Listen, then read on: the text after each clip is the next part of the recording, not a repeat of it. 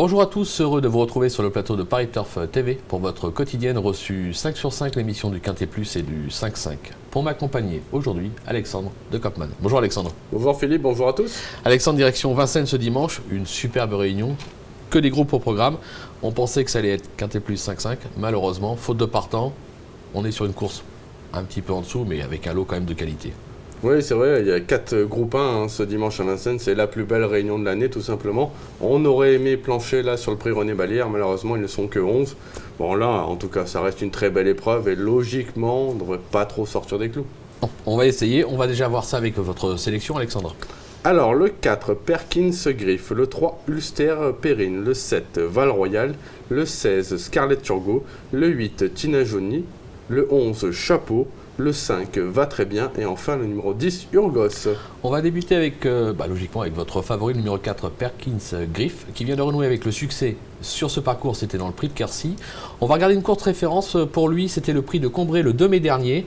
On va voir Ulster Perrine qui va l'emporter, on en parlera un petit peu plus tard. Perkins qui va se classer deuxième et un peu plus loin, on verra VA Duvivier qui va se classer cinquième. Tout à fait, ce jour-là, Ulster Perrine avait fait grosse impression en dernier kilomètre 11. Maintenant, mon cheval Perkins Griff il faisait également un truc parce qu'il était né au vent dans la montée et malgré tout, il est allé au poteau, il a regagné du terrain sur Ulster Perrine. Je trouve qu'il réalisait vraiment une grosse perf ce jour-là. En plus, pour rien vous cacher, j'ai hésité entre 2-3 chevaux pour la pole position. Franck Nivard avait été également appelé pour driver Ulster Perrine. Il se retrouve au sulky de Perkins Griff. Ah, le cheval est pleine peau et en plus c'est un cheval qui démarre assez lentement et je pense vraiment que Franck Nivard peut être un atout. Franck Nivard pour démarrer les chevaux à Vincennes, il n'y a pas meilleur je pense aujourd'hui. Donc non, je le vois encore poursuivre sa série.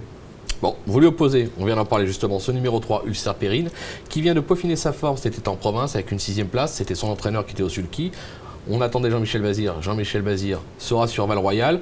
Donc on a fait appel à un autre pilote. Ça ne vous empêche pas d'avoir confiance? Oui, bien sûr. Alors, c'est sûr, si ça avait été Jean-Michel Bazir, je pense que je n'aurais pas hésité, je l'aurais mis en tête. Maintenant, cet Ulster Perrine, il reste un peu compliqué. Donc, c'est pour ça que François Lagadoc devra plus se méfier que Jean-Michel Bazir, qu'il connaît par cœur.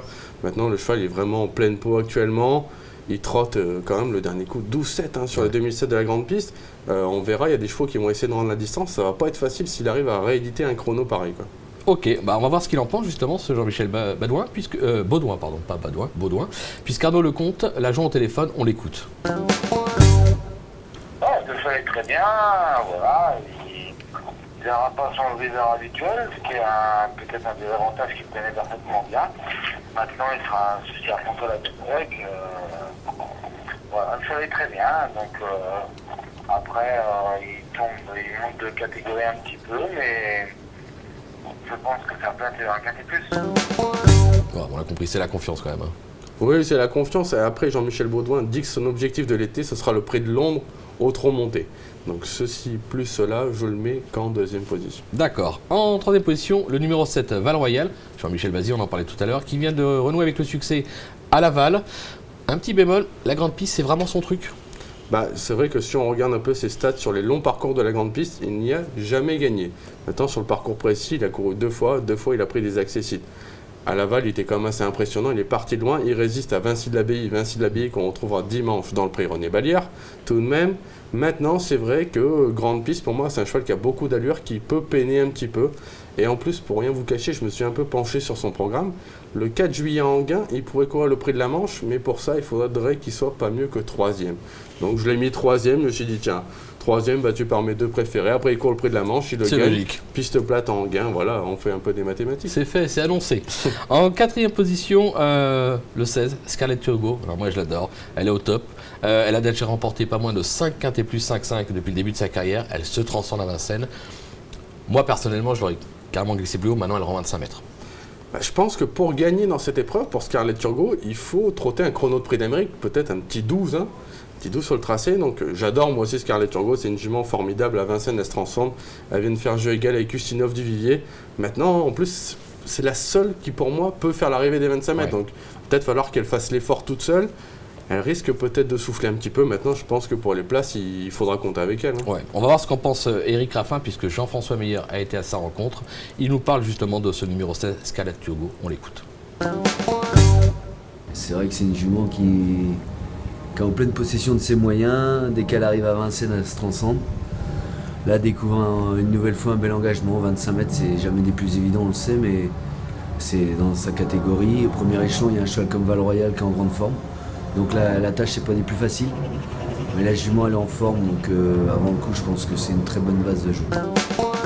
Une très bonne base de jeu, Eric Raffin l'adore. Bon, c'est logique, on va s'en méfier. Hein. C'est la seule qui, comme vous l'avez dit, au 25 mètres, normalement, devrait pouvoir faire l'arrivée. Voilà, tout à fait. On va passer au numéro 8, Tina Jolie, qui vient de courir en gros progrès à l'occasion du prix Pitia, 2700 mètres. Sur sa lancée, elle aussi, elle peut prendre une petite place. Bah, tout à fait, je pense qu'elle court tout simplement la meilleure valeur de sa carrière en dernier lieu parce qu'elle titillait quand même pour finir United Back qui, là, va rendre 25 mètres, mais s'il était parti en tête, ça aurait été le favori de la France entière quand même. C'est clair.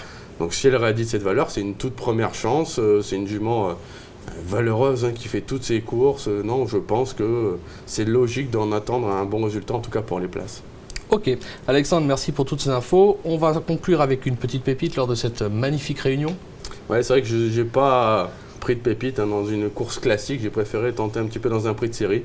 Ce sera dans la première course, Baccarat des Prés. En dernier lieu, il marche 14-2 sur les 2007 de la Grande Piste. Là, il est DFD 4 première fois, ce qui me fait penser qu'il peut marcher un petit 14.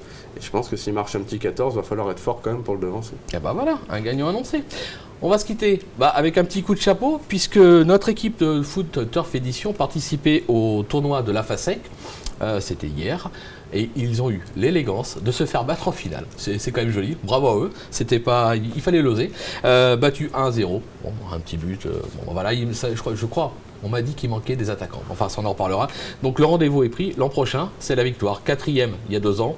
Finaliste cette année. L'an prochain, c'est la gagne. Voilà, merci à tous de nous avoir suivis. Bon jeu et à très vite sur le plateau de Paris Turf TV. Au revoir. Au revoir.